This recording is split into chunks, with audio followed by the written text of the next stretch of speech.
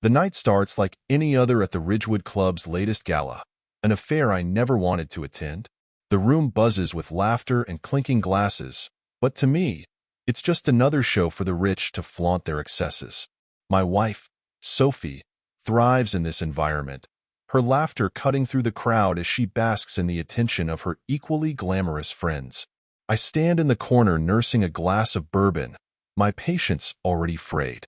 Sophie's been distant for months, late nights, secretive phone calls, and an almost robotic affection when she's home.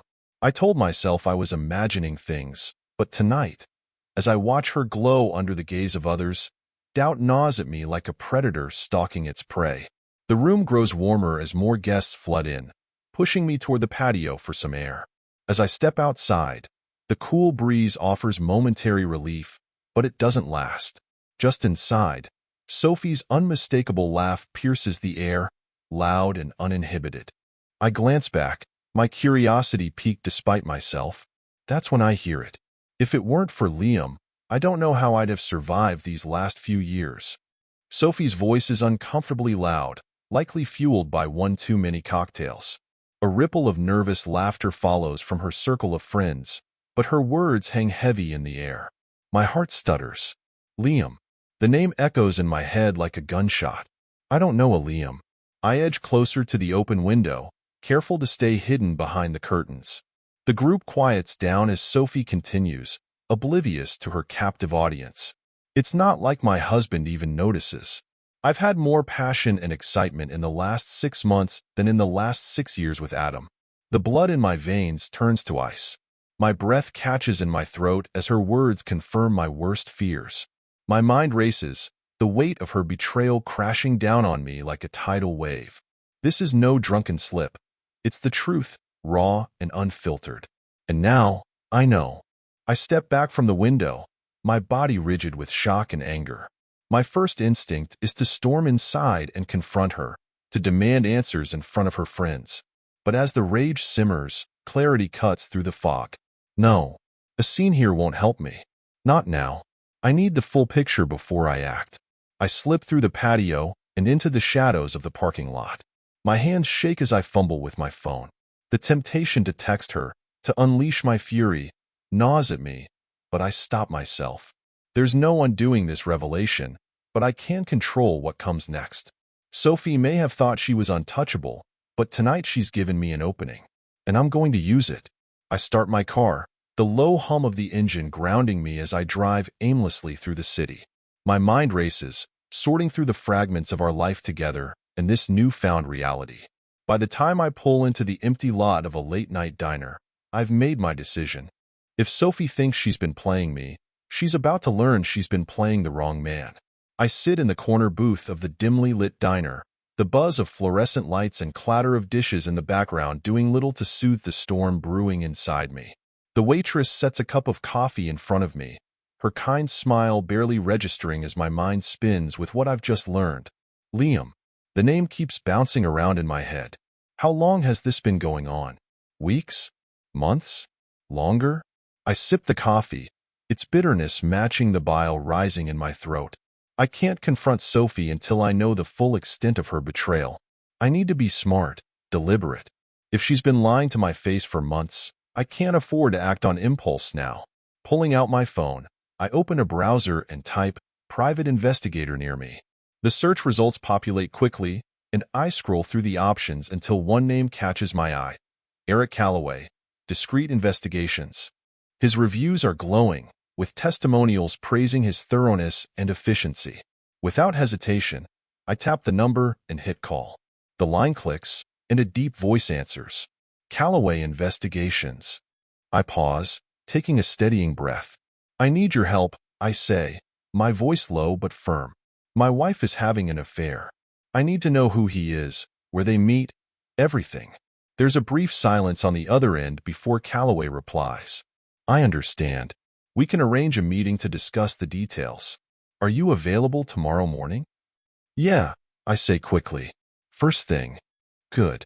Text me your address, and I'll send the details." The line disconnects, leaving me alone again with my thoughts. I lean back in the booth, the leather squeaking beneath me. It's not much, But reaching out to Calloway feels like the first step toward regaining control. I spend the rest of the night driving aimlessly, too restless to return home and face Sophie. I can't even stomach the thought of her pretending everything is fine while I know the truth. By dawn, I pull into the driveway, my eyes gritty from lack of sleep. Sophie's car is still there, parked neatly as if nothing's wrong. I pause for a moment, staring at the house. It feels foreign now, like a stranger's home. Steeling myself, I step out and head inside. The scent of coffee wafts from the kitchen, and there she is, Sophie, humming softly as she pours herself a cup. She's dressed in a crisp white blouse and pencil skirt, her hair pulled back into a sleek ponytail. The image of perfection, as always. But now, all I can see is the lie. "Morning," she says brightly, flashing me a smile as if nothing has changed. "Morning," I reply, keeping my tone even. "You're up early." "Busy day," she says, sipping her coffee. "Meetings all afternoon." She glances at her phone, the device now a symbol of secrets and deceit. I nod, forcing a smile. I might have a long day too. Work's been crazy. The lie tastes bitter on my tongue, but I swallow it down. If she can act normal, so can I. She sets her mug in the sink and grabs her bag. "Well, have a good day," she says, brushing past me with a kiss on the cheek that feels like a slap. The door closes behind her, and I exhale, the tension in my chest finally releasing. I grab my own coffee and wait for the clock to tick down until my meeting with Calloway. Today, the real work begins. I arrive at a small office building on the edge of town, the kind of place that blends into its surroundings. Calloway Investigations is etched on the frosted glass door, and I take a deep breath before stepping inside. The space is minimal, almost Spartan. A single desk, 2 chairs, and a filing cabinet in the corner. A man who looks like he belongs in a noir film rises from behind the desk. His suit is crisp, but his tie is slightly loosened, giving him an air of calculated confidence. "You must be Adam," he says, extending a hand. His grip is firm but not overpowering. A man who knows his strength. "Eric Calloway." "Thanks for meeting me," I reply, sitting down across from him. He nods, pulling out a notebook. "Start from the beginning. What makes you suspect your wife is cheating?" I lay it all out, the distant behavior, the late nights, the party, and her drunken confession about Liam. Every detail spills out as Calloway listens intently, jotting notes without interrupting.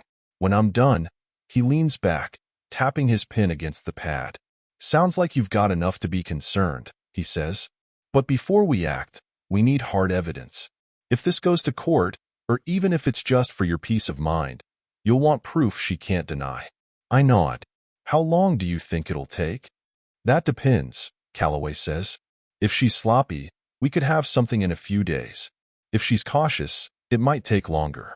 Either way, I'll find out the truth." He hands me a form, his tone shifting to business. "Sign here. It's a standard contract for my services.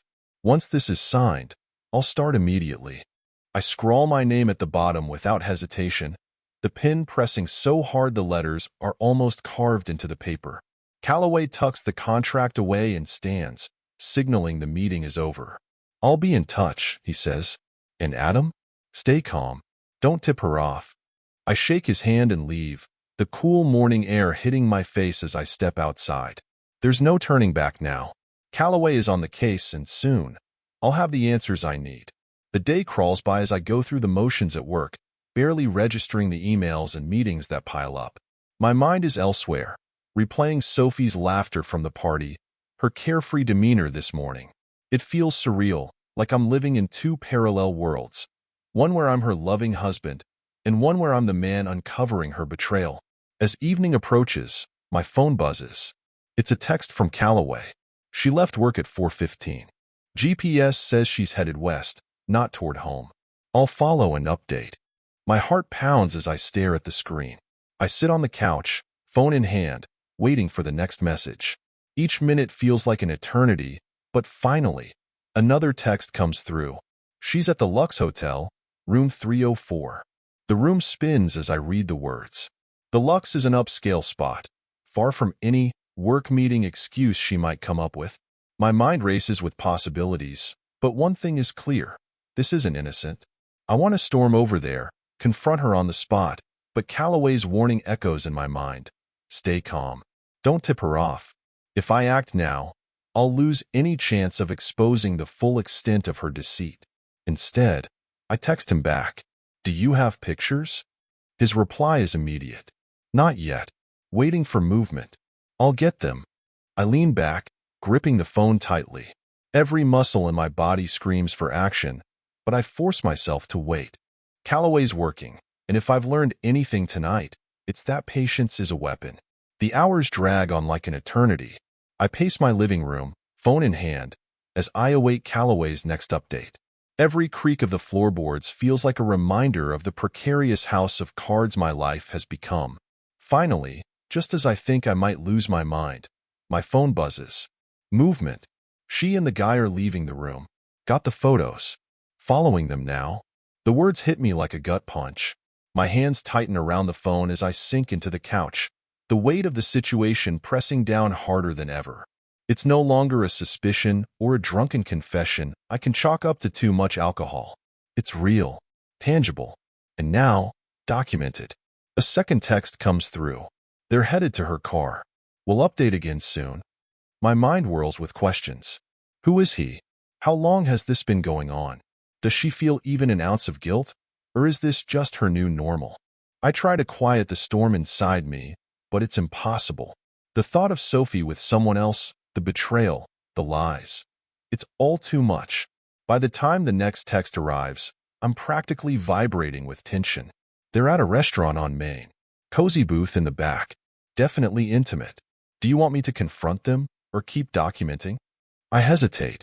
Part of me wants to barge into that restaurant, drag Sophie out by the arm, and expose her for the fraud she's become. But that would play right into her hands, wouldn't it? She'd twist the narrative, make me look unhinged. No, I need to keep control. Keep documenting, I reply. I need everything. The phone goes silent again, and I'm left alone with my thoughts. I picture them together, her laughing at his jokes, leaning in close as if they're the only two people in the world. The image burns in my mind, each detail a knife twisting in my chest. I can't sit here anymore. I grab my keys and head out, driving aimlessly through the city. Eventually, I find myself parked a few blocks from the restaurant where Calloway said they are. My car feels like a cage, my hands gripping the wheel tightly as I stare at the glowing sign of the building in the distance. I don't go in. Not yet. But just being this close feels like reclaiming a sliver of power. My phone buzzes again. They're leaving, heading back toward the hotel. Do you want me to follow? My jaw tightens as I read the words. Of course, they're going back. This wasn't just dinner. It was an intermission. Rage simmers beneath my skin, but I force it down. I can't lose focus now. Yes. Keep following. Get everything. The reply is quick. Understood. I sit in the car, staring at the dashboard as the seconds tick by. The knot in my chest tightens with each passing moment. It's almost unbearable, this waiting game, but I know it's necessary. When I confront Sophie, it won't just be words. It'll be undeniable, indisputable evidence that her lies can't cover. Another buzz. They're back in the room. Photos taken. Do you need me to do anything else tonight? I stare at the message, my breathing shallow. This is it. The proof I need. The images of Sophie and her lover, together in a room they shouldn't be sharing. My hands tremble as I type my reply. No, that's enough for now. Thank you. Calloway responds with a simple, understood. We'll talk tomorrow. I drive home in silence, the tension in my body turning to cold resolve. Tonight, Sophie crossed a line she can't uncross. And now, with the evidence in hand, I'll make sure she knows exactly what that means. I wake up before the sun, my mind replaying the events of the previous night like a broken record. Each detail feels like a weight pressing against my chest, but I force myself to get up. Today isn't about emotions, it's about action. The first thing I do is call Calloway. He picks up on the second ring, his voice sharp and professional. Morning, Adam, he says. I've got everything organized. Pictures, timestamps, locations. It's airtight. I nod, even though he can't see me. Good. I need a copy of everything. I'll email you the file in a secure folder, Calloway replies. Do you want a hard copy too? Yes, I say, my voice firm. And I need you to dig deeper. Find out everything you can about this guy, Liam. I want his job, his address, his history, whatever you can uncover. Consider it done, Calloway says. I'll be in touch. I hang up and head to the kitchen. Sophie's already gone, likely off to another meeting that has nothing to do with work. The thought churns in my stomach, but I push it aside. I brew a pot of coffee, sipping it slowly as I plan my next steps. My mind goes to our shared finances. Sophie has no idea I've always kept a separate savings account, one she doesn't have access to. It's time to start consolidating. I grab my laptop and log in, transferring the bulk of our shared funds into my private account. It's not illegal, considering my name is on everything, but it's the kind of move that will leave Sophie reeling when she finds out. Next, I draft an email to my lawyer, an old friend from college. I keep it brief, outlining the situation and asking for advice on filing for divorce. It's surreal to write those words, but I know it's the only way forward. Sophie made her choice, and now I have to make mine. As I hit send, my phone buzzes with a notification. Calloway's email. I open it, my heart pounding as I scroll through the photos. There they are, Sophie and Liam, caught in the act. In the hotel lobby, walking to the room, even a candid shot of them through the open door as they embrace. It's irrefutable. I save the file to a secure drive and close the laptop, my mind spinning. Part of me wants to confront her right now, to throw the evidence in her face and watch her squirm. But that would be too easy. Sophie's been playing me for months, maybe longer. If I'm going to confront her, it'll be on my terms. I spend the rest of the day tying up loose ends. I call the bank to ensure my personal account is secure. I reach out to a realtor friend, asking about the possibility of selling the house quickly. I even start looking at apartments, knowing I'll need a fresh start once this is all over. By evening, I'm back at home, waiting for Sophie to return. When she finally walks through the door, she's all smiles, acting as if she doesn't have a care in the world. It's almost impressive, her ability to maintain the facade. But now, I see through it. Hey, she says, dropping her bag on the counter. How was your day? I force a smile, my voice calm. Busy. Yours? Oh, the usual, she replies, pouring herself a glass of wine. Meetings, deadlines, the grind.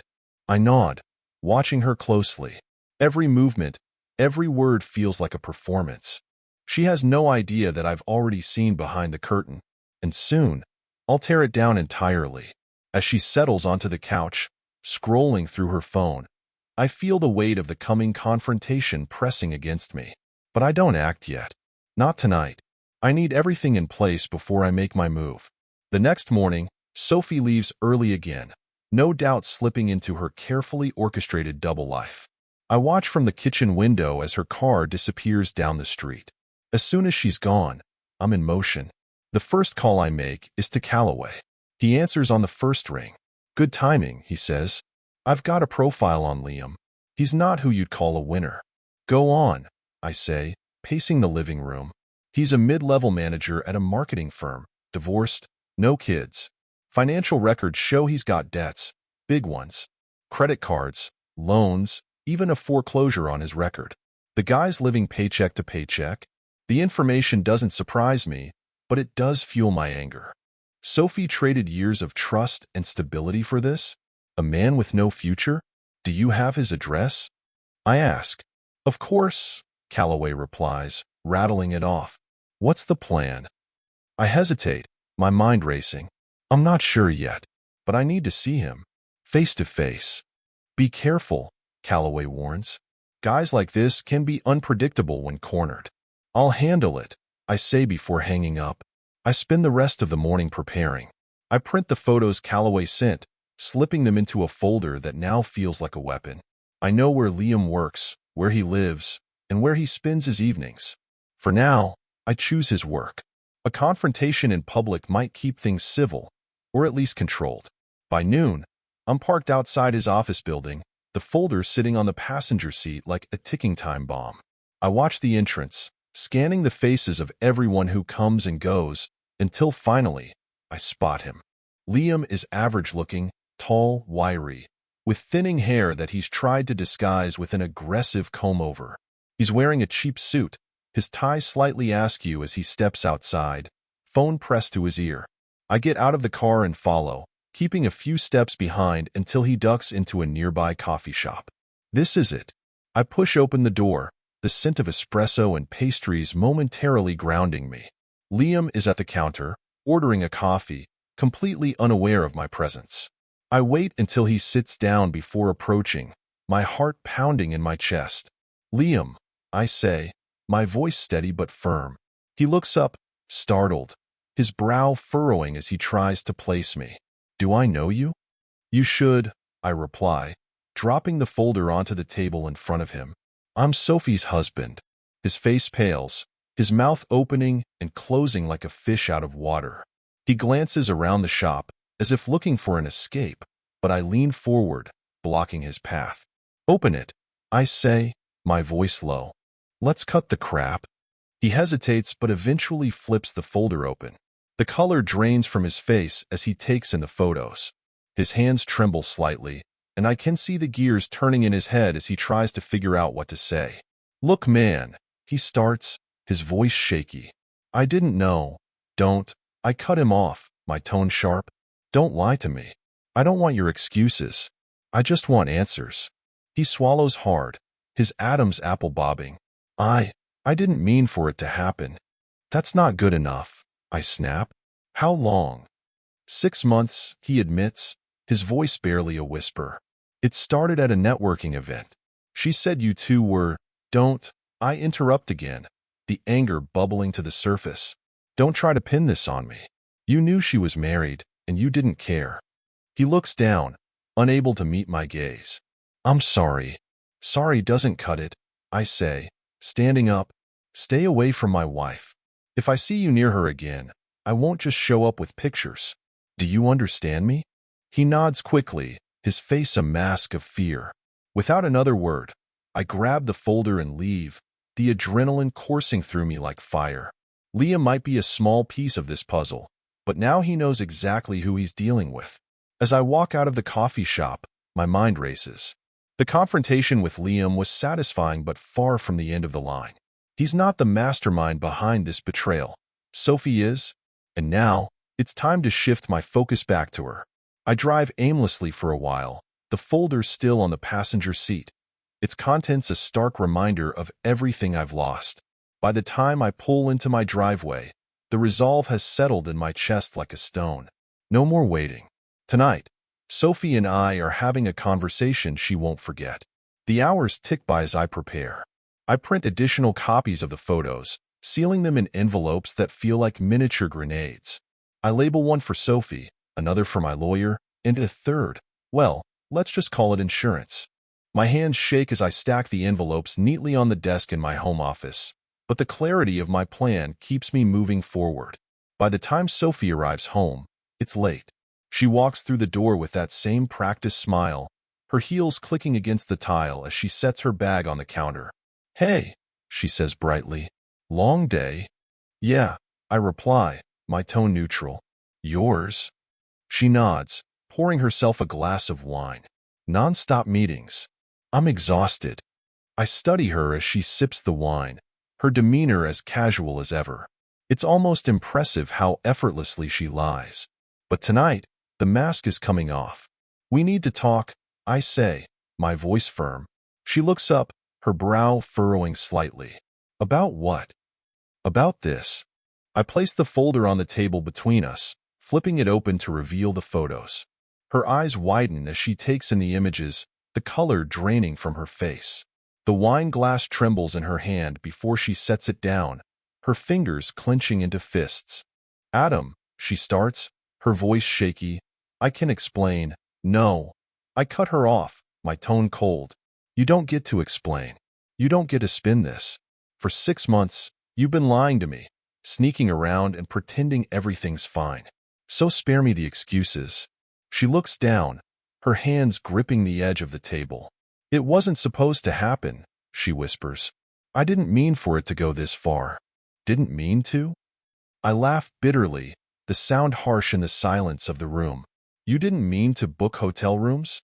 You didn't mean to spend nights with another man while I sat at home, wondering why my wife was pulling away?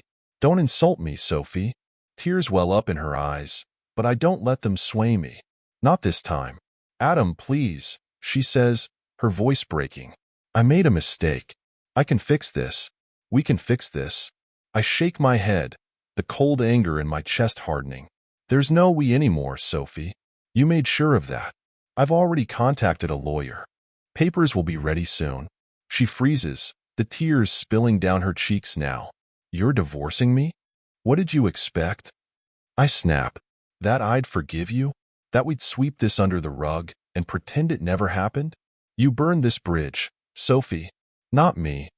For a moment, the room is silent except for her muffled sobs. But as I watch her, the anger begins to give way to something else, a sense of finality. This is the end of us, and as painful as it is, it's also liberating. I stand, picking up the folder and the envelopes. You'll hear from my lawyer soon, I say, heading for the stairs. Until then, don't bother trying to explain yourself. I've heard enough. As I close the door to my office, her cries echo faintly behind me. For the first time in months, I feel like I'm in control again. The next morning, I wake to a quiet house. Sophie's car is still in the driveway, but there's no sign of her in the kitchen or living room. The wine glass from last night sits on the counter, untouched since she abandoned it mid-argument. My chest tightens, but I push the feeling away. I don't have time for regret. I brew a cup of coffee and head to my office, the envelopes from last night sitting where I left them. I grab the one labeled for my lawyer, slipping it into my briefcase. Today is about taking the next steps, finalizing my exit strategy and ensuring Sophie can't manipulate her way out of this mess. As I pull out of the driveway, my phone buzzes. It's Calloway. Morning, he says, his voice as steady as ever. Thought you'd want an update. Go ahead, I reply, keeping my tone calm despite the tension in my chest. I followed Liam last night after your chat. He didn't go home. Calloway pauses, letting the weight of his words sink in. He drove to a bar across town and met up with another woman. My grip tightens on the wheel. You're saying he's seeing someone else? Looks that way, Calloway confirms. And judging by how cozy they were, this isn't a one-off thing. If Sophie thought she was special to him, she's in for a rude awakening. A bitter laugh escapes me. The irony is almost laughable. Sophie betrayed me for a man who's likely stringing her along like he does everyone else. Keep tracking him, I say. If there's more to this, I want to know. You got it, Calloway replies before hanging up. I drive in silence, the weight of the situation pressing against me. Part of me wants to revel in the poetic justice of Sophie being played, but another part can't help but feel the sting of betrayal all over again. She didn't just hurt me. She humiliated herself for someone who didn't even respect her. When I arrive at my lawyer's office, he greets me with a firm handshake and a sympathetic smile. Adam, good to see you. Let's get started.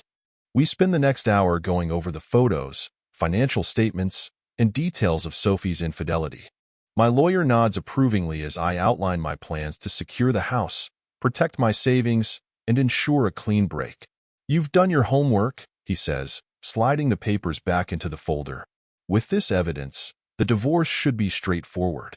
And given the circumstances, we can push for a favorable settlement. Good, I reply, my voice firm. I don't want her walking away with more than she deserves. He hands me a pen and a stack of documents. Sign these, and we'll get the process started. I sign each page with steady hands, the finality of it sinking in with every stroke of the pen. When it's done, my lawyer smiles. You're making the right move, Adam. This will be a clean slate for you. As I leave his office, a sense of clarity washes over me. For months, I've been drowning in doubt and anger, but now, I see the path forward. Sophie can't undo what she's done, and I won't let her drag me down with her. Back at home, Sophie's car is gone. I check my phone. No messages, no missed calls. I sit in the silence of the living room, staring at the spot where she stood last night, begging for another chance. A pang of guilt tugs at me, but I push it away. She made her choice, and now I've made mine. As the sun sets, I receive a text from Calloway.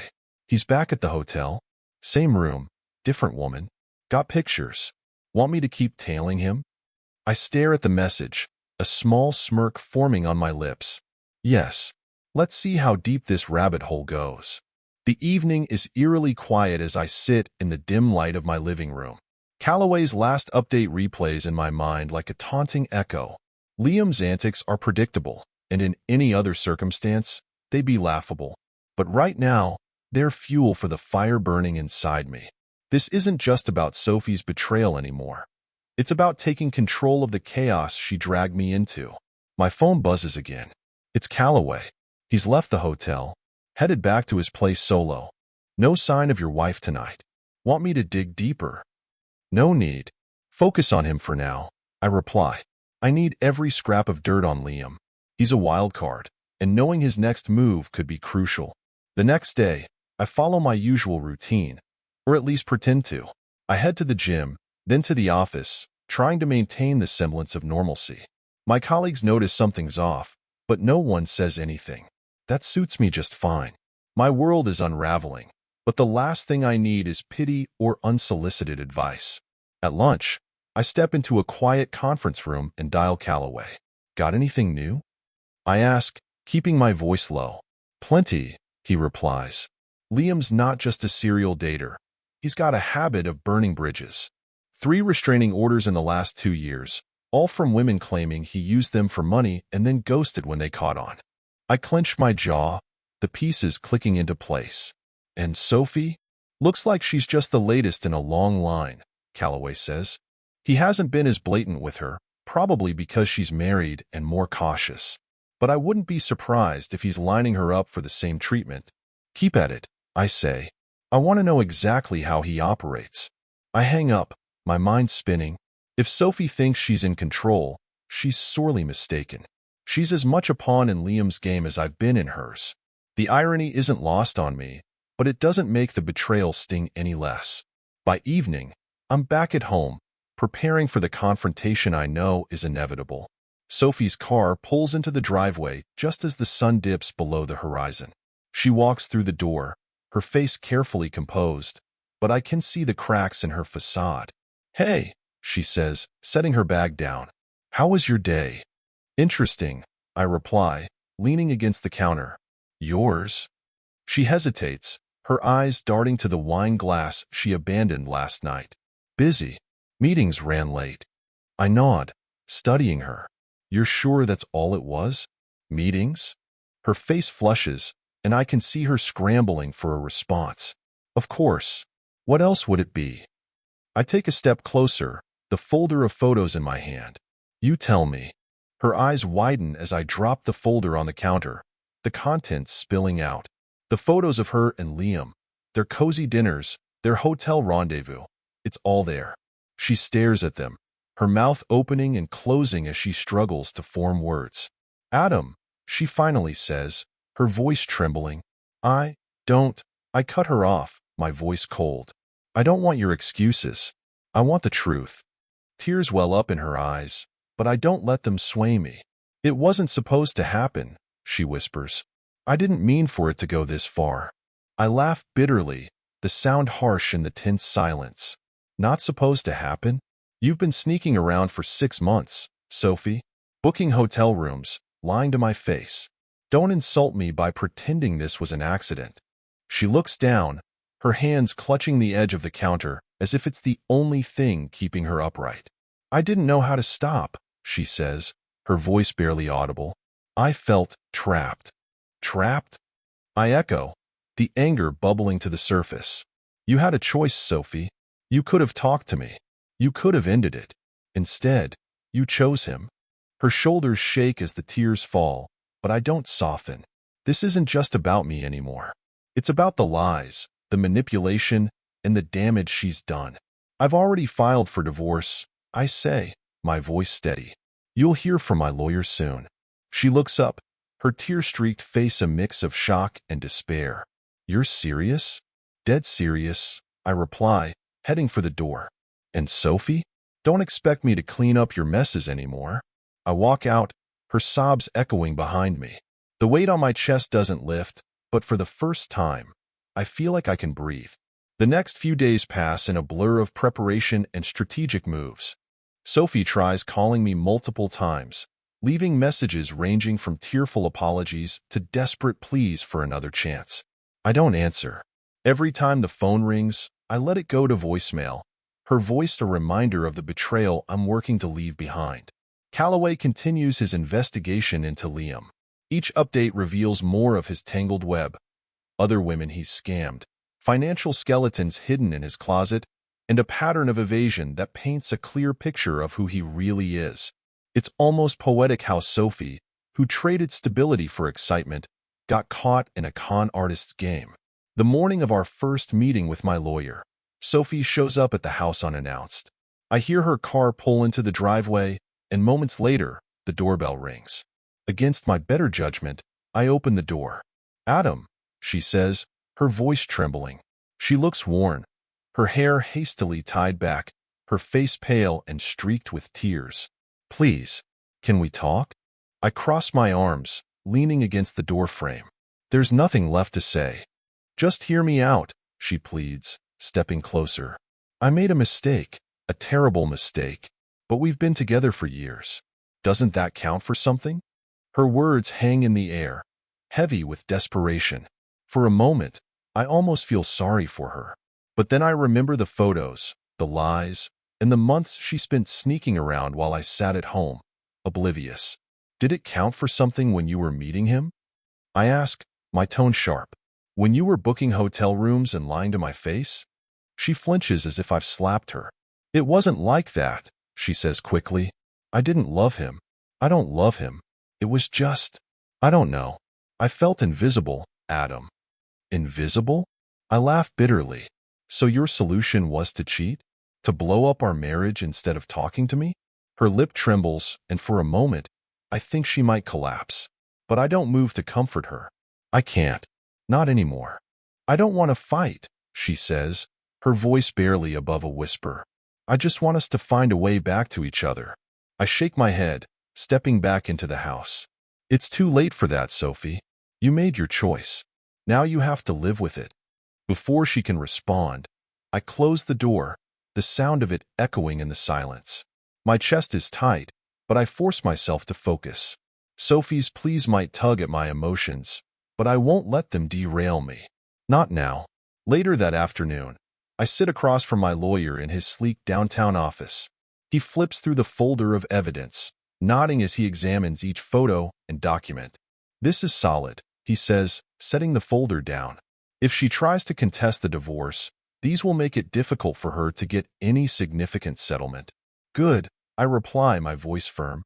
"I don't want her walking away with more than she deserves." He leans back in his chair, his expression thoughtful. "There's something else to consider. With this evidence, we could push for an expedited process. It might mean giving up a little leverage, but it would get you out faster." I consider his words carefully. Part of me wants to drag this out, to make Sophie feel every ounce of the betrayal she's inflicted. But the other part of me, the part that's ready to move on, knows he's right. "Do it," I say finally. The sooner I can move on, the better. As I leave the office, a sense of clarity settles over me. The road ahead won't be easy, but for the first time, I feel like I'm in control of my future. Sophie can keep her regrets and her tears. I've got bigger things to focus on, starting with rebuilding my life on my terms. The next morning, I wake up to an unfamiliar sense of calm. The legal wheels are in motion, the confrontation with Sophie is behind me, and Calloway's investigation is nearing its conclusion. For the first time in weeks, I feel like the weight on my chest is starting to lift. I spend the morning tidying up the house, boxing up items that hold too much emotional baggage. Photos, souvenirs from trips Sophie and I took, even the anniversary gifts she gave me over the years. Each box feels like a chapter closing, a step closer to reclaiming my independence. Just as I finish taping the last box, my phone buzzes. It's Calloway. "Got something you'll want to see," he says without preamble. "Liam's been busy." "What now?" I ask, leaning against the counter. Turns out he's been meeting with a lawyer of his own. Looks like he's gearing up for some kind of dispute, though I'm not sure if it's related to Sophie or another one of his marks. The revelation stirs a mix of curiosity and irritation. Do you think he's planning to involve Sophie? Hard to say, Calloway replies. But I wouldn't put it past him. He's desperate, Adam. The kind of guy who'd burn anyone to save himself. I rub my temple, the familiar tension creeping back. Keep digging. If there's a connection to Sophie, I want to know. You got it, Calloway says before hanging up. The rest of the day passes in a haze of errands and emails. I keep myself busy, anything to avoid dwelling on the mess Sophie and Liam have created. By evening, I've settled into the couch with a glass of whiskey when my phone buzzes again. This time, it's a text. Can we meet? Please. I need to explain. It's from Sophie. My jaw tightens as I stare at the message. Every fiber of my being tells me to ignore her, to let her sit in the chaos she's created. But part of me, the part that craves closure, wants to hear what she has to say. After a few moments of internal debate, I type a short reply. Tomorrow, noon, Neutral Grounds Cafe. The cafe is a quiet, out-of-the-way spot, perfect for a conversation I'm dreading. As I hit send, I feel a knot forming in my stomach. Sophie's explanations won't change anything, but maybe hearing them will finally give me the closure I need to move on. The next day, I arrive at the cafe early. I choose a table near the window, far enough from other patrons to ensure privacy, but close enough to avoid any unnecessary dramatics. Sophie arrives a few minutes later, her face pale and drawn. She's dressed simply, her usual polished appearance replaced by something more subdued. She looks smaller somehow, as if the weight of her decisions has physically diminished her. Thanks for meeting me, she says, sitting down across from me. Her voice is soft, almost hesitant. I don't respond, simply nodding for her to continue. She takes a deep breath, her hands trembling as she wraps them around the coffee cup the server sets in front of her. I don't even know where to start. How about the truth? I suggest, my tone colder than I intended. She winces but nods. I was selfish, Adam. I felt neglected, I guess. Like we'd become roommates instead of a couple. That's not an excuse, I say, my voice steady. If you felt that way, you could have talked to me. Instead, you chose to cheat. Tears well up in her eyes, and she looks down, her fingers tightening around the cup. I know, and I'll regret it for the rest of my life. Liam, he made me feel seen, at first. But it was a lie. He's not who I thought he was. I raise an eyebrow, leaning back in my chair. What does that mean? Her voice drops to a whisper. He's been asking me for money. Thousands of dollars. I told him I didn't have it, but he started threatening to tell you about us if I didn't pay. The revelation doesn't shock me, but it does confirm everything Calloway uncovered. And you were going to let him blackmail you? I didn't know what else to do, she admits, her voice breaking. I was terrified, Adam. And now, I've ruined everything. For a moment, the weight of her words hangs between us. I feel no sympathy, no urge to comfort her. This is the bed she made, and now she has to lie in it. You didn't just ruin everything, I say finally, my voice cold. You destroyed us. And as far as I'm concerned, you and Liam deserve each other. She looks up, her tear-streaked face a mask of anguish. But I don't waver. I've given her enough of my time and my energy. Now, it's time to focus on what comes next. I leave the cafe without another word. Sophie's tearful pleas fade into the background as I step outside, the crisp air hitting my face like a slap. The meeting didn't bring the closure I hoped for, only solidified the fact that Sophie's betrayal runs deeper than I imagined. She didn't just cheat. She gambled with our marriage, our trust, and even our financial stability for the illusion of excitement. By the time I get home, my resolve has hardened. I can't let this drag out. Sophie's made her choices, and now I need to finalize mine. The divorce papers are already in motion, but I need to ensure Liam can't worm his way further into my life.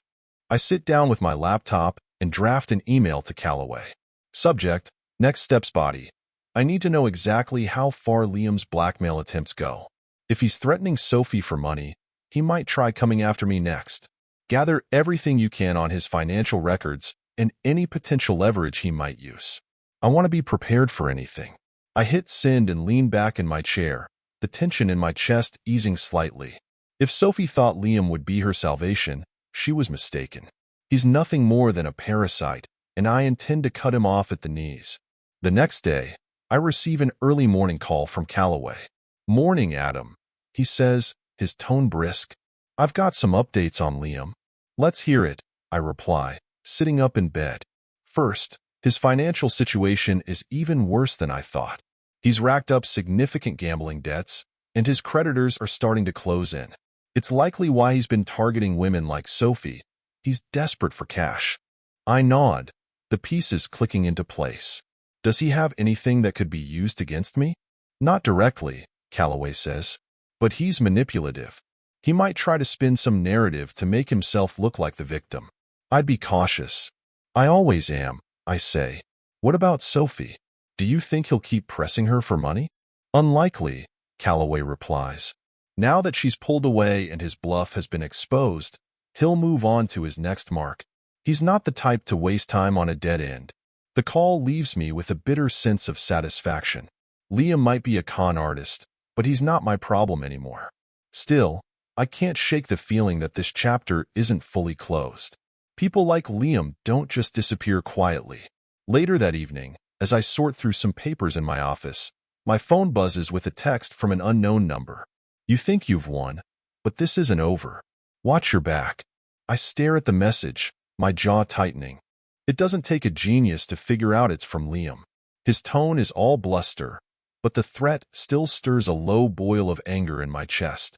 I forward the message to Calloway immediately, adding a brief note. "Receive this tonight. From Liam, I assume. Let's make sure it is over." His reply is almost instant. "Understood. I'll handle it." The next few days pass in tense anticipation. I make sure my lawyer has copies of the text and updates from Calloway, tightening the legal noose around Sophie and Liam's disastrous mess. Sophie tries to call me again, but I let it ring. There's nothing left to say. On Friday afternoon, Calloway calls with a final update. "Liam's done," he says, a hint of satisfaction in his voice. "One of his creditors reported him for fraud, and the police are investigating. He's in hot water now, financial and legal." Relief washes over me like a wave. "That's good to hear." "Consider this case closed," Calloway says. "If anything else comes up, you know where to find me." I hang up and lean back in my chair, the weight of the last few weeks finally lifting. Liam's out of the picture, Sophie's lies have been exposed, and my path forward is clear. As I stare out the window, the sun dipping below the horizon, I feel a sense of peace I haven't known in months. It's not the ending I wanted, but it's the one I needed. The chaos is behind me, and for the first time, I can see the future, a future that's mine to rebuild. The weekend arrives, and with it, a much-needed sense of clarity. For the first time in weeks, I don't feel like I'm walking on thin ice or waiting for the next wave of chaos to hit. Calloway's thorough dismantling of Liam's schemes has left me with a rare sense of finality. But I'm not naive. I know there's still work to be done. Saturday morning, I sit down with my lawyer in his quiet, well-lit office. He reviews the updates I provided, including Liam's threats and the police investigation into his fraud. He nods approvingly as he schemes through the notes. "This works in your favor," he says, setting the documents aside. "Sophie's connection to Liam will reflect poorly on her if she tries to contest the divorce settlement. We'll position it as her aligning herself with a known fraudster, which should limit her leverage." "Good," I reply. "I want this to be as clean and fast as possible." He leans forward, folding his hands on the desk. "There's one more thing to consider. Given her behavior and Liam's threats, we could push for a restraining order. It's a precaution, but it might help establish boundaries." I hesitate, the thought of taking such a formal step leaving a bitter taste in my mouth. But after a moment, I nod. "Do it. I don't want her or Liam trying to interfere with my life any further." The paperwork is drafted and signed within the hour. My lawyer assures me he'll handle the rest, leaving me free to focus on what comes next. As I drive home, the sense of relief grows stronger. The pieces are falling into place, one step at a time. That afternoon, I begin packing in earnest. The house that once felt like a sanctuary now feels like a hollow shell, filled with memories I'd rather leave behind. Each box I tape shut feels like shedding another layer of the past. Clothes, books, photos, all of it goes into storage or the trash. As I pack, I come across a shoebox tucked in the back of my closet. Inside are letters Sophie wrote me during the early days of our marriage. They're full of love and promises, words that now feel like a cruel joke. I sit on the edge of the bed, staring at the faded ink, the anger and sadness swirling together in my chest. For a moment, I consider keeping them, a relic of what once was. But as I hold the box, I realize that clinging to the past won't help me move forward. I toss the letters into the trash, the sound of them hitting the bottom of the bin oddly satisfying. By evening, the house is eerily empty, the packed boxes stacked neatly by the door. I pour myself a drink and sit on the couch, staring at the walls. The silence is heavy, but it's also liberating. This house was a monument to a life I thought I wanted, a life that's now behind me. As I sip my whiskey, my phone buzzes with a text. It's from Callaway. Liam's been picked up by the police. Fraud charges are sticking. Looks like he'll be out of your hair for a while. I stare at the screen, a slow smile forming. Liam's downfall is complete, and Sophie's enabler is finally out of the picture. For the first time in months, I feel like I can breathe. The night ends quietly.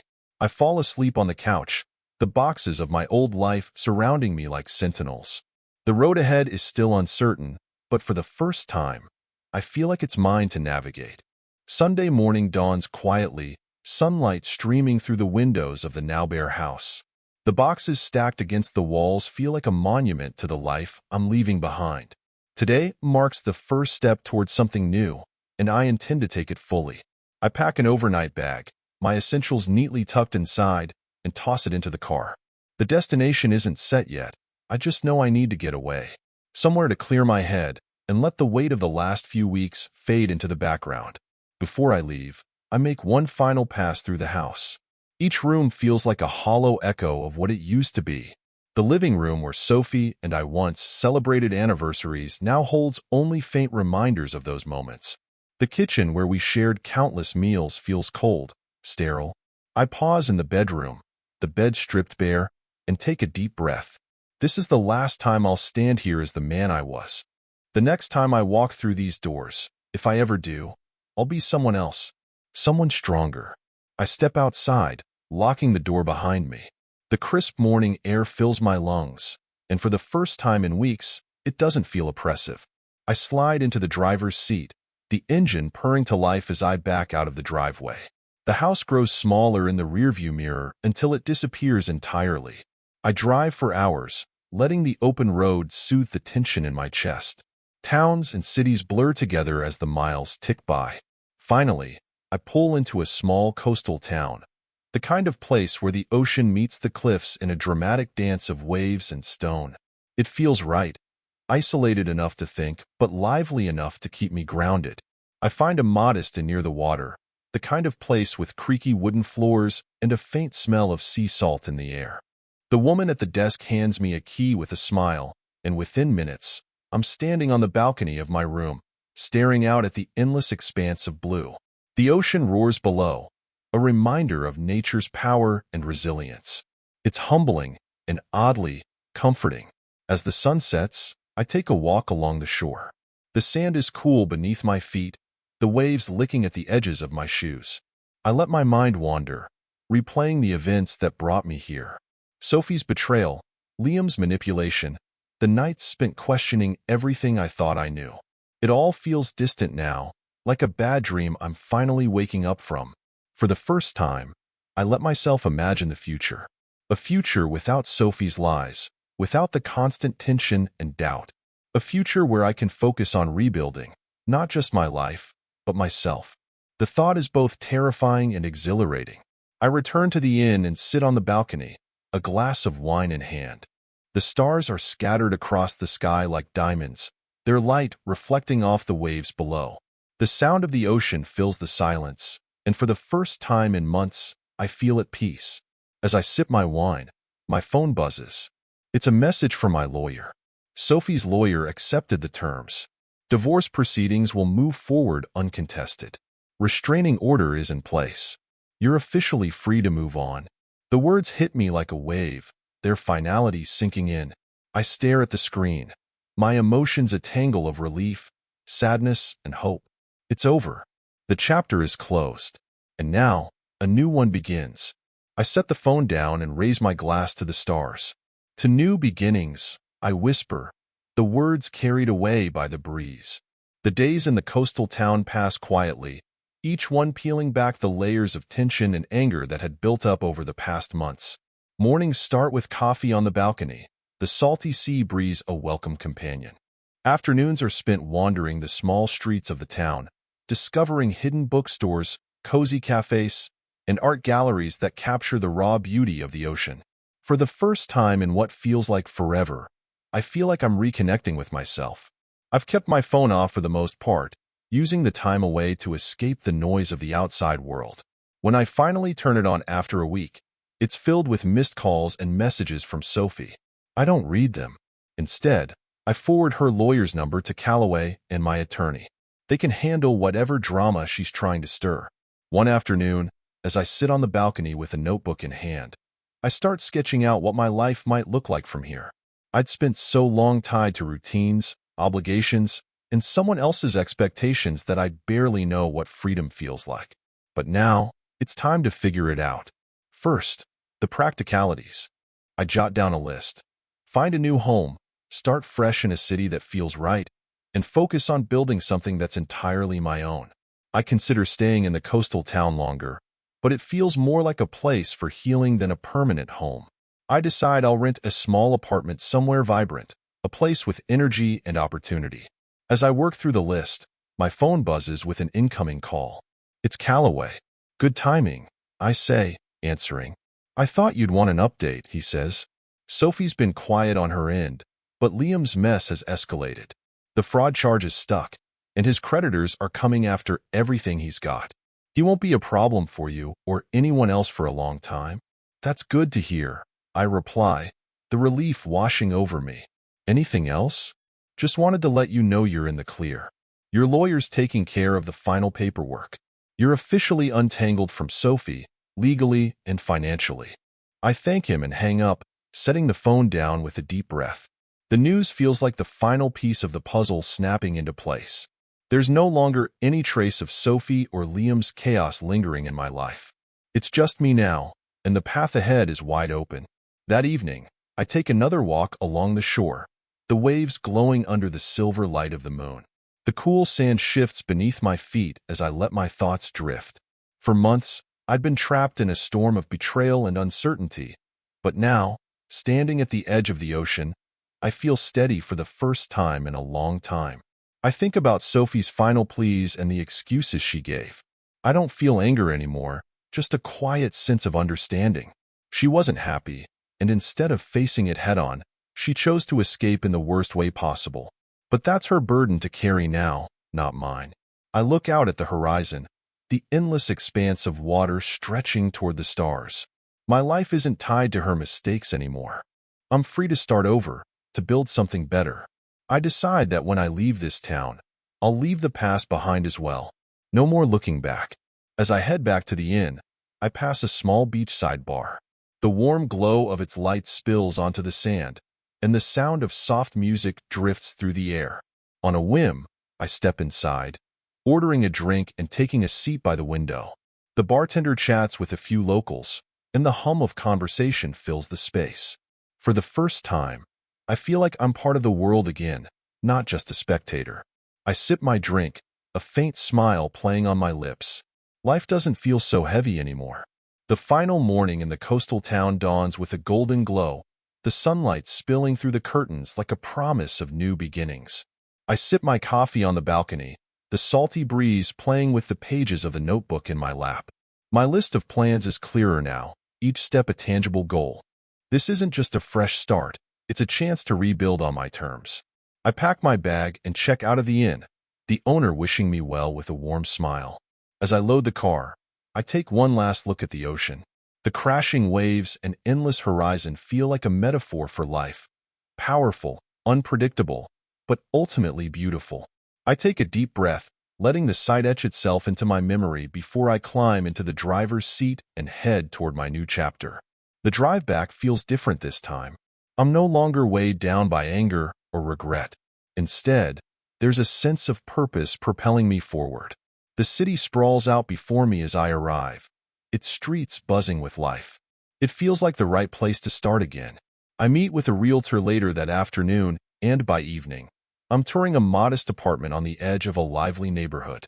The space is small but bright, with large windows and hardwood floors that creak pleasantly underfoot. It's nothing like the house I shared with Sophie, and that's exactly why I love it. This feels perfect, I tell the realtor, who beams at my approval. By the time I sign the lease, the weight of the past has all but lifted. I move in over the next few days, filling the space with only what I need: simple furniture, a few books, and the essentials for a new life. The apartment doesn't feel empty. It feels intentional. Each item carries purpose, not the baggage of a fractured relationship. On my first night in the apartment, I sit by the window, the city lights twinkling like stars. A glass of wine sits on the windowsill, untouched as I take in the hum of life below. I think about everything that's happened, the betrayal, the anger, the moments of doubt, and realize it's shaped me into someone stronger. As I sit there, my phone buzzes with a message. For a moment, I hesitate, worried it's Sophie trying to reach out again. But when I check, it's from Callaway. Congrats on the new place. Here's to new beginnings. I chuckle, typing back a quick thank you before setting the phone down. Callaway was more than just an investigator. He became an ally when I needed one most. His message feels like the perfect bookend to this chapter. Later that week, I take the first steps toward building my new life. I explore the city, meeting new people, trying new things. I even sign up for a cooking class, a whim that feels oddly exciting. Each day brings something new, each moment a reminder that I'm free to shape my future however I choose. Months pass, and the scars of the past fade into distant memories.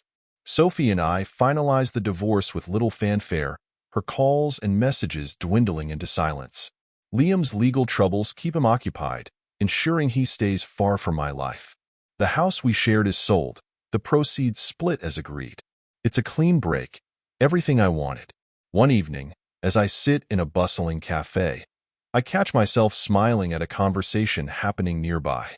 A couple laughs over something silly, their joy infectious. I realize in that moment that I'm not just surviving anymore. I'm living. The anger, the pain, the betrayal. They're no longer chains holding me back. They're lessons, etched into the foundation of a stronger, wiser version of myself. As I leave the cafe, the cool night air wrapping around me, I feel a sense of peace I never thought possible. The road ahead is still unwritten, but it's mine to walk. And this time, I'll make every step count. If you've ever faced betrayal or found yourself rebuilding after a tough chapter, share your story in the comments below. What lessons did you learn, and how did you move forward? Let's start a conversation. We're stronger when we share our experiences. If you enjoyed this story and want more action-packed, emotionally gripping tales, don't forget to like, subscribe, and hit the notification bell so you never miss a new chapter. Thanks for watching, and we'll see you in the next jaw-dropping story.